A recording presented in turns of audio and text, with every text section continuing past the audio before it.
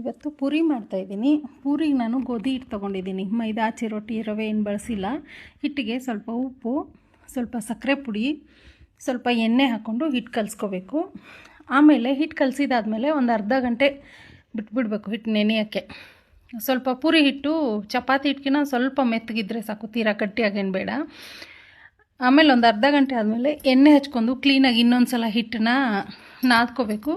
ಆಮೇಲೆ ಮೀಡಿಯಮ್ ಸೈಜಾಗಿ ಉಂಡೆಗಳನ್ನ ಮಾಡ್ಕೋಬೇಕು ಹಿಟ್ಟದು. ನೀವು ಎಣ್ಣೆ ಹಚ್ಕೊಳ್ಬೇಕಿದ್ರೂ ಲಟ್ಸ್ಕೊಳ್ಳಿ, ಇಲ್ಲ ಹಿಟ್ಟು ಹಚ್ಚಬೇಕಿದ್ರೂ ಲಟ್ಸ್ಕೊಬೋದು. ನಾನು ಎಣ್ಣೆ ಹಚ್ಬಿಟ್ಟು ಲಟ್ಸ್ಕೊಂಡಿದ್ದೀನಿ ಪೂರಿನ.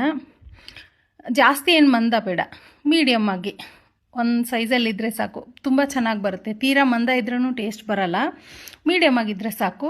ಆಮೇಲೆ ಎಣ್ಣೆ ಕಾಯಿಸ್ಕೊತೀವಲ್ಲ, ಅದರಲ್ಲಿ ಸ್ವಲ್ಪ ಉಪ್ಪು ಹಾಕಿದರೆ ಪೂರಿ ಕರೆದು ತೆಗೆದ್ಮೇಲೆ ಒಂಚೂರೂ ಎಣ್ಣೆ ಅನಿಸಲ್ಲ ಕೈಯಲ್ಲಿ, ಪೂರ್ತಿ ಡ್ರೈ ಆಗಿರುತ್ತೆ, ಚೆನ್ನಾಗಿ ಬರುತ್ತೆ. ಎಣ್ಣೆನೂ ಜಾಸ್ತಿ ಅಷ್ಟೊಂದು ಎಣ್ಣೆ ಹಿಡಿಯಲ್ಲ ಪೂರಿಗಳು.